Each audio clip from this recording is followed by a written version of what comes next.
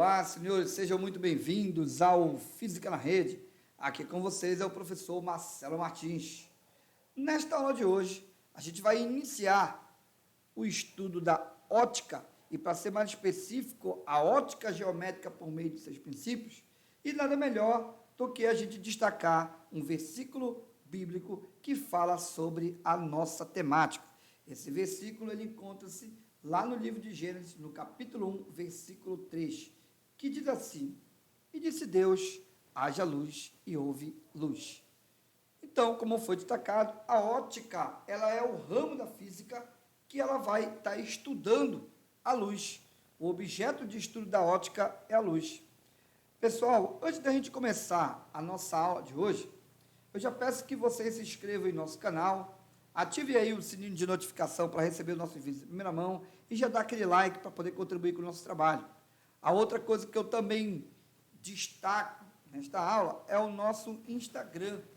Aqui eu fiz um recorte do nosso Instagram para poder ficar mais fácil de você ir lá e localizar e seguir o nosso Instagram. Nesse nosso perfil, nós temos compartilhados resumo de conteúdos. A gente tem compartilhado lá também mapas mentais e resoluções de exercício. Então, pessoal, não perde tempo, já vai lá, torna-se um seguidor do nosso canal e fique por dentro de tudo que a gente vai estar postando em benefício aí dos seus estudos, tá bom? Bem, como a aula de hoje ela gira em torno da luz, é importante a gente definir aqui o que nós entendemos como sendo a luz. Primeiro, pessoal, que a luz, ela tem um espectro, basicamente, aí, né, que a gente pode estar enquadrando, que é o espectro eletromagnético visível, que vai desde a luz de cor vermelha até a luz de cor violeta. Então, esse espectro é o espectro que compreende a luz visível. A luz também, ela é considerada uma onda eletromagnética, e dentro desse espectro que eu acabei de destacar, o olho humano ele consegue ser sensibilizado pela luz que vai do vermelho até a luz que vai ao violeta. Bem, a ótica já é o ramo da física que estuda os fenômenos luminosos. A ótica geométrica já leva em consideração a propagação da luz do ponto de vista geométrico, tá, gente? A ótica ela pode ser dividida em dois, que é a ótica geométrica e a ótica física. A ótica física avalia os fenômenos associados com a luz, já a ótica geométrica estuda esses fenômenos do ponto de vista da propagação, né, levando em consideração a geometria. E aí também ele desconsidera, obviamente, a natureza ondulatória da luz. Bem, os conceitos iniciais que a gente começa a destacar daqui, o primeiro deles é a luz, que vai ser o agente físico capaz de estimular, né, o olho humano. Então, o agente físico que estimula aqui o olho humano. O raio de luz, que é a linha geométrica que indica a direção e o sentido da propagação da luz. Só lembrando que o raio de luz não tem nada a ver com vetor, tá bom? O raio de luz ele vai ser um segmento orientado, mas ele, mesmo sendo um segmento orientado, é só uma forma da gente ter a compreensão da onde ele está vindo e para onde ele vai. E o feixe luminoso, ele é compreendido como sendo um conjunto de raios luminosos. Inclusive, nós temos aqui alguns modelos de feixes luminosos, como, por exemplo, o exemplo aqui, ó, que nós estamos destacando, é o feixe de luz cilíndrico, tá? Feixe de luz cilíndrico e o feixe de luz cônico. Exemplo, pessoal, o feixe de luz cônico desse tipo aqui divergente é um exemplo de uma lanterna, né, ou de um farol de carro, tá? Já o feixe luminoso cilíndrico, eu poderia enquadrar um parecido com aqueles holofotes, o holofote que vai produzir aquela luz bem concentrada, tá? Que tem aquele formato cilíndrico, tá bom? Bem, com relação às fontes de luz, o que basicamente nós vamos considerar uma fonte de luz? Seriam corpos, pessoal, capazes de emitir luz, seja seja ele de forma própria ou refletida. Por isso que a gente vai poder classificar ele de duas maneiras. Ou ele vai ser uma fonte de luz primária, ou ele vai ser um corpo iluminado ou uma fonte secundária de luz. A gente vai primeiro aqui estudar as fontes de luz primária, tá? Que também são chamados de corpos luminosos.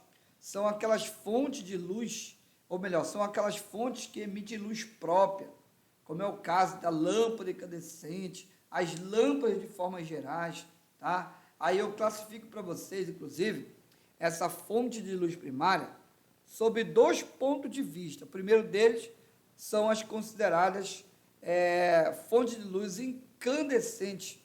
São aquelas que vão emitir luz própria, né, mas em alta temperatura. Exemplo, a lâmpada, o sol, tá? Aqui nós temos uma churrasqueira elétrica, e uma vez aquecido ele começa a emitir luz. E nós temos também as fontes luminescentes.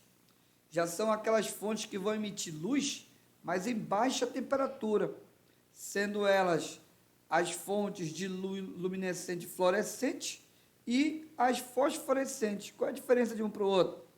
Que a fluorescente emite luz apenas quando durar a ação do agente excitador. Exemplo, enquanto os reatores estiverem conectados aqui nos terminais de uma lâmpada fluorescente, ela funciona. Se você desconectar, simplesmente ela desliga, porque você simplesmente está eliminando aquele agente excitador.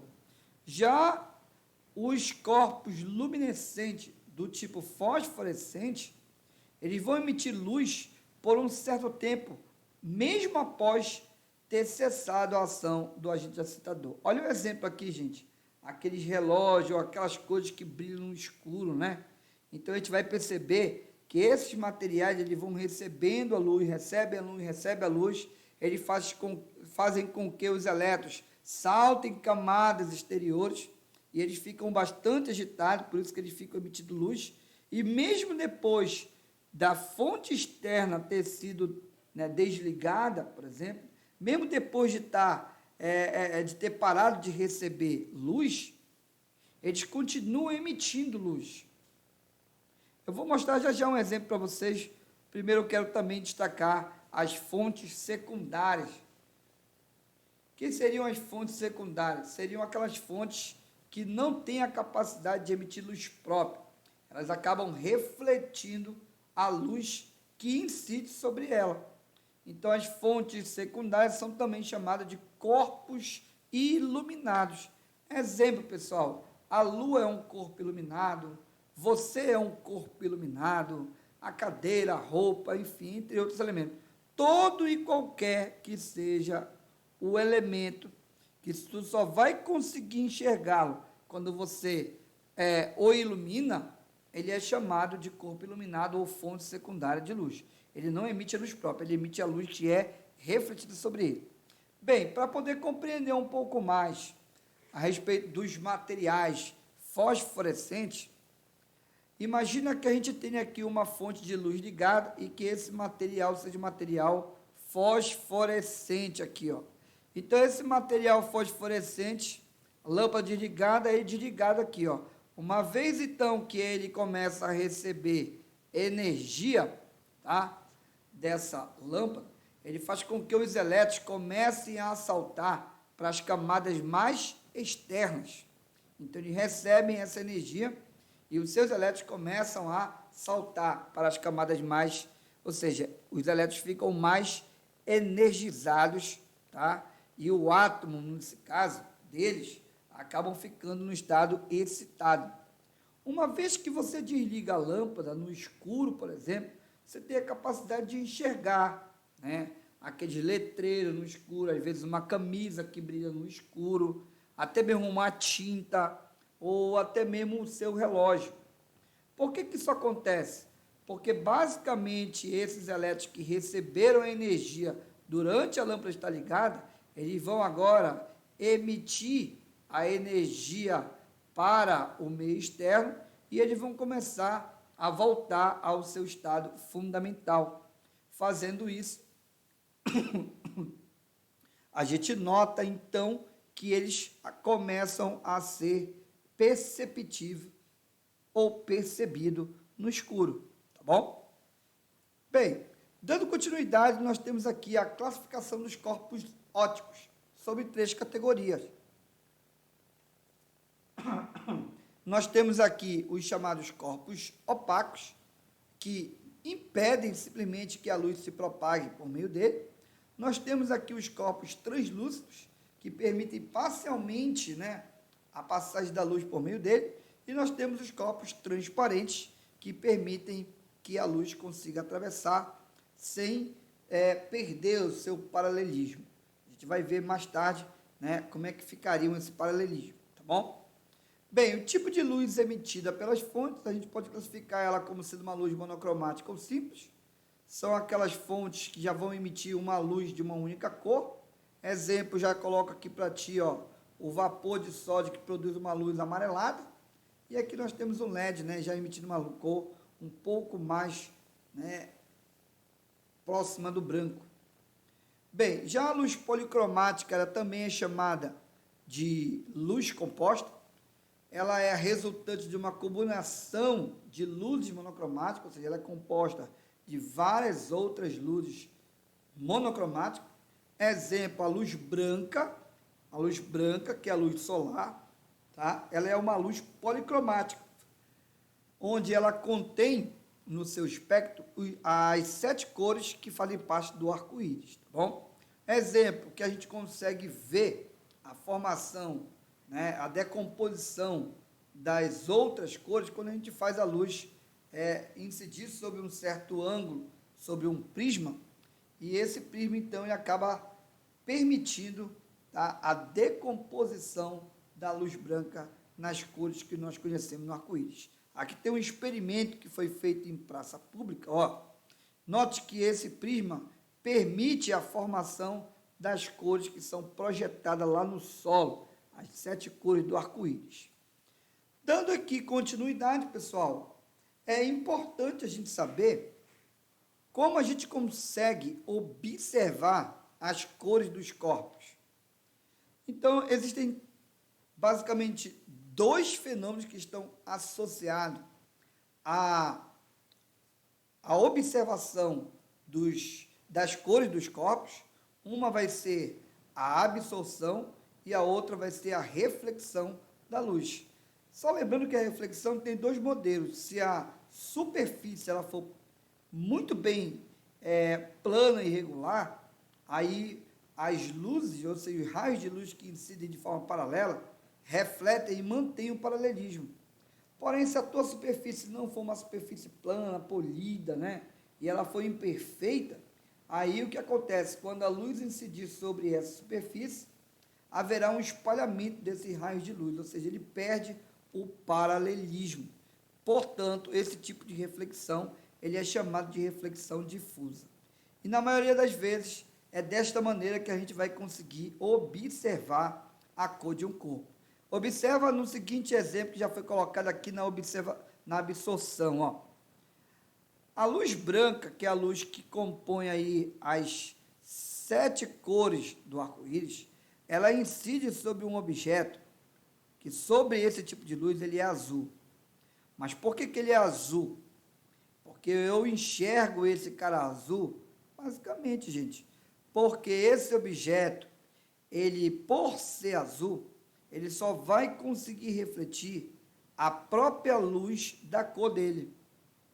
Então, quando a luz branca, que contém todas as cores, ela incide sobre esse objeto azul, o objeto azul, ele absorve todas as demais cores e só reflete a própria cor dele, que nesse caso permite que você observe a sua cor por meio da cor azul. Outros exemplos que a gente pode, então, aqui, né, tá destacando, ó. Um objeto da cor violeta. Por que ele é violeta? Porque a luz branca, que tem todas as cores sobre ele, ele absorve todas as cores e só reflete violeta. Então, por isso que o corpo, ele é, né, sob a luz branca, ele parece violeta. O objeto, ele é verde por quê? Pelo mesmo motivo. A luz branca incide sobre ele, ele absorve todas as cores e só reflete o verde.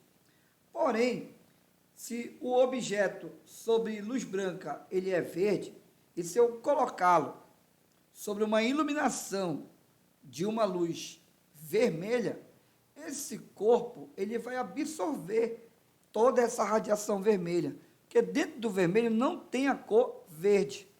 Como eu tenho uma luz monocromática incidente sobre ele, ele vai simplesmente absorver toda essa luz vermelha e não vai refletir nada.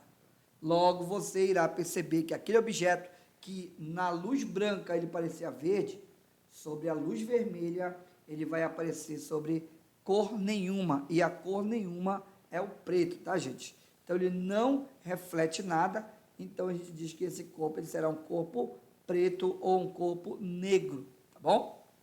Aí nós temos outros exemplos aqui, ó. A luz branca incidindo sobre um corpo que é vermelho, ele reflete vermelho, porém ele vai absorver as outras cores, tá bom?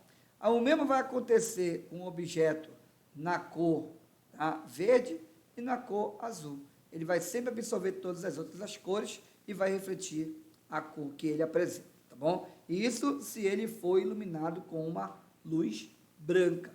Agora, se for uma outra cor monocromática sobre um corpo de cor, aí, pessoal, ele vai acabar absorvendo essa luz, com exceção, tá, de uma situação onde você teria um corpo branco, por exemplo, aqui, ó.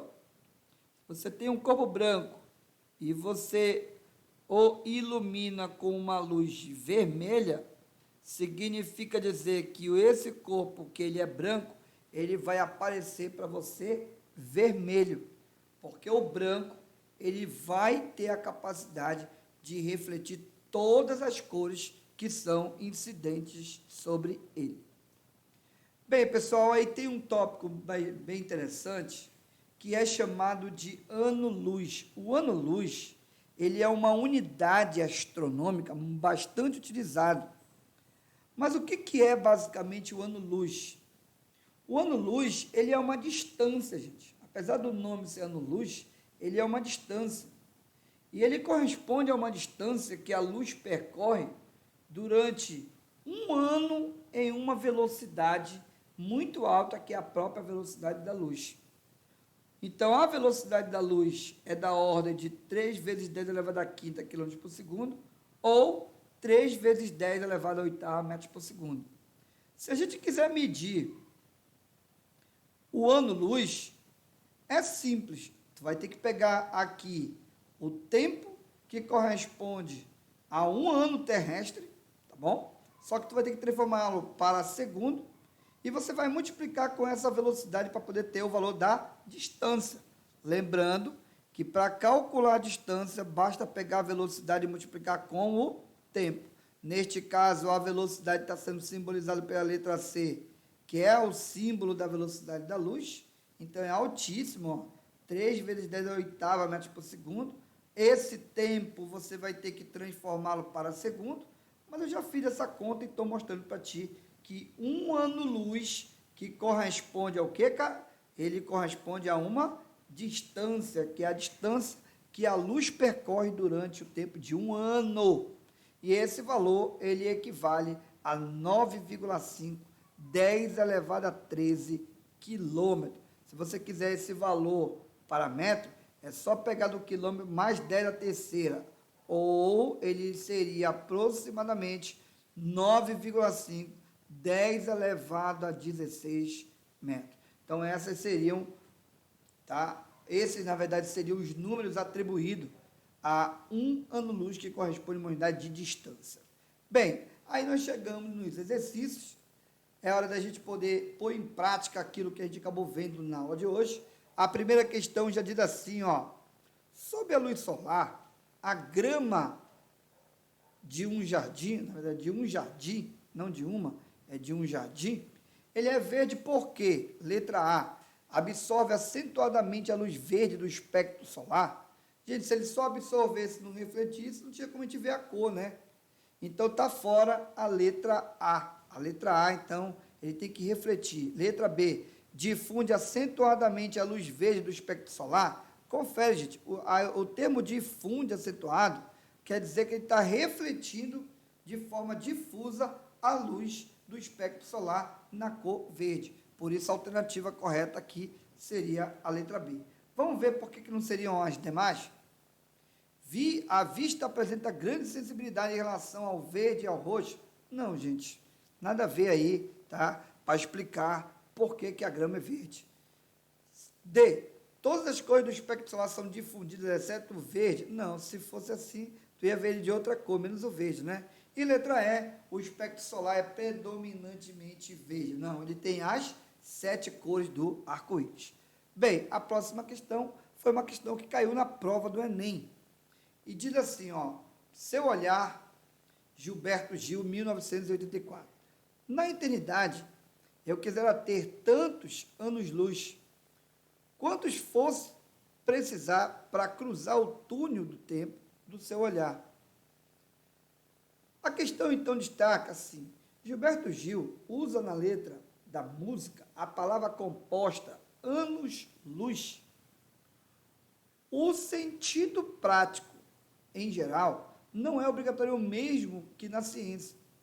Na física, o ano-luz é uma medida que relaciona a velocidade da luz e o tempo de um ano e que, portanto, se refere à letra A, ao tempo, a uma aceleração, a uma distância, a uma velocidade ou a uma luminosidade. E a gente viu como o ano-luz é dado como sendo a velocidade vezes o tempo. Velocidade vezes o tempo corresponde a uma distância. Portanto, a alternativa correta seria a letra C, pessoal. Moçada, espero que vocês tenham gostado, então, do primeiro momento aqui de ótica, tá? Aí fica para vocês um até logo, até a nossa próxima aula, e não esquece de dar aquele joinha para poder ajudar no nosso canal. Tchau, tchau, gente!